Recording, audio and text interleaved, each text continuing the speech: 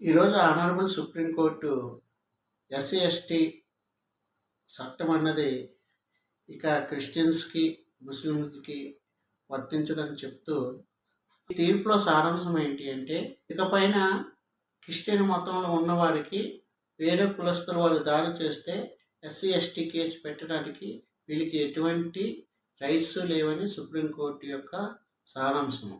మనకి భారతదేశంలో 1950 మనకి రాజ్యాంగం రచించినప్పుడు మూడో భాగంలో మనకి ఈ బడుగు బలహీన వర్గాలకి కొన్ని ప్రత్యేకమైనటువంటి చట్టాలు రిజర్వేషన్లు చేయడం జరిగింది. ఇకపై ఎవరైతే మతం మార్పుడు జరిగిందో వాళ్ళకి అవి వర్తించవని కూడా సుప్రీంకోర్టు స్పష్టం చేసింది.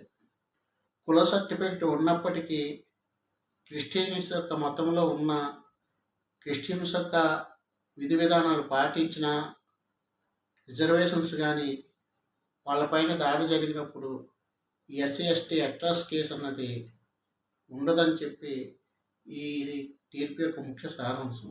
సుప్రీంకోర్టు తీర్పులు ఇవ్వడానికి కొంచెం లోతుకి వెళ్తే ఈ తీర్పు అన్నది మన ఆంధ్రప్రదేశ్ని బేస్ చేసుకునే చెప్పడం జరిగింది.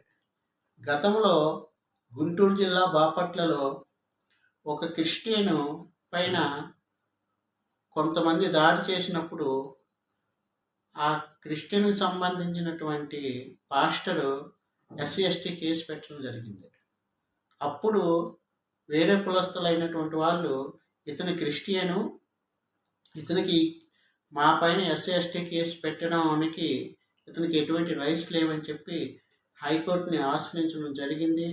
హైకోర్టు కూడా దానిపై స్వచ్ఛమైనటువంటి తీర్పు ఇస్తూ వీళ్ళపైన ఎస్సీ ఎస్టీ కేసుకి పెట్టడానికి వీల్లేదని తీర్పు ఇవ్వడం జరిగింది. ఆ తర్వాత ఎవరైతే ఈ పాస్టర్ ఉన్నారో ఆ తీర్పుని సవాల్ చేస్తూ సుప్రీంకోర్టులో కేసు వేయడం జరిగింది. సుప్రీంకోర్టు సుదీర్ఘంగా ఆలోచించి ఈరోజు సంచలనమైనటువంటి తీర్పు ఇవ్వడం జరిగింది.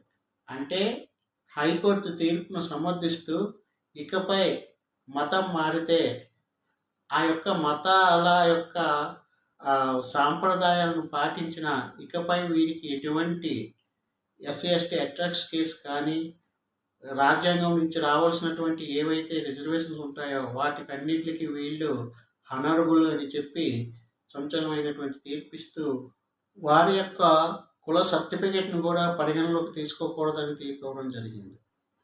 మన భారతదేశంలో ఆర్టికల్ 21 ప్రకారము మనం ఏ మతాన్నైనా స్వీకరించే హక్కు మనకు ఉంటుంది.